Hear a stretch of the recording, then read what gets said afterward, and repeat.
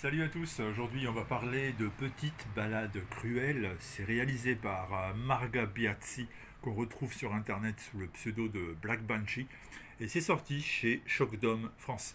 Alors très souvent on entend des gens dire oui moi j'aime les petits éditeurs, j'essaie de les aider parce que la pluralité des propositions dans la BD et dans les comics c'est extrêmement important. Et bien le moment est venu de mettre en application un peu tout ça et je vous propose de découvrir un album de chez Shockdom. Alors Shockdom en Italie c'est une référence dans la bande dessinée indépendante. C'est une maison d'édition qui a fait ses preuves et qui est arrivée en France l'an passé, qui a déjà un catalogue, ma foi, assez riche et surtout extrêmement versatile. C'est-à-dire que chez Shockdom, il n'y a pas de limite, il n'y a pas de style prédéfini. On peut avoir de la science-fiction, quelque chose qui ressemble comme deux gouttes d'eau à du comics américain, comme on peut avoir des bandes dessinées complètement oniriques ou bien des histoires qui se rapprochent quasiment plus de la franco-belge. Il y a vraiment de tout et cet album-là que je vous présente, ce sont des contes, des petites balades, des histoires en apparence anodines qui sont à rapprocher de ce qu'on récite, de ce qu'on apprend, de ce qu'on nous lit quand on est enfant, sauf que là, l'approche finale est beaucoup plus adulte, beaucoup plus cruelle, comme le veut le titre. Le sang coule, il y a un rapport avec la nature, une sorte de bande dessinée animiste, avec des personnages qui sont à mi-chemin entre des fées, des nymphes, mais aussi tout simplement des monstres.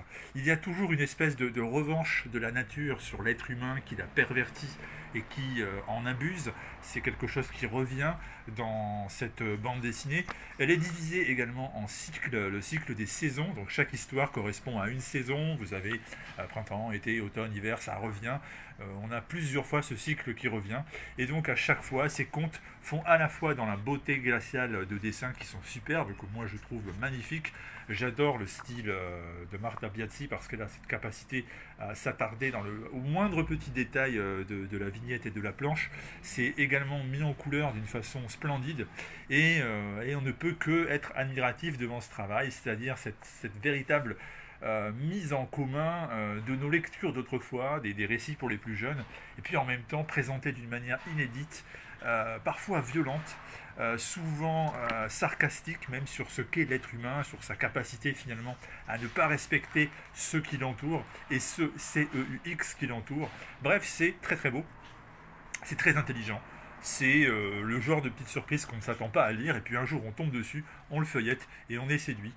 Je ne sais pas ce que vous en pensez là par exemple, ce que vous avez sous les yeux en termes de dessin, ce que vous pouvez voir et j'espère que la qualité n'est pas mal du tout parce que c'est beau tout simplement. Voilà, c'est beau, c'est ce qu'il convient de dire quand on feuillette cet album et j'espère vraiment que vous allez au moins, si vous le voyez en librairie, eh bien au moins allez l'ouvrir, allez le feuilleter, allez vous laisser inspirer. Et puis après vous vous déciderez bien sûr, mais vous verrez, c'est tout simplement beau. Voilà, c'est le mot qui convient. Et puis c'est suffisamment beau et cruel, évidemment.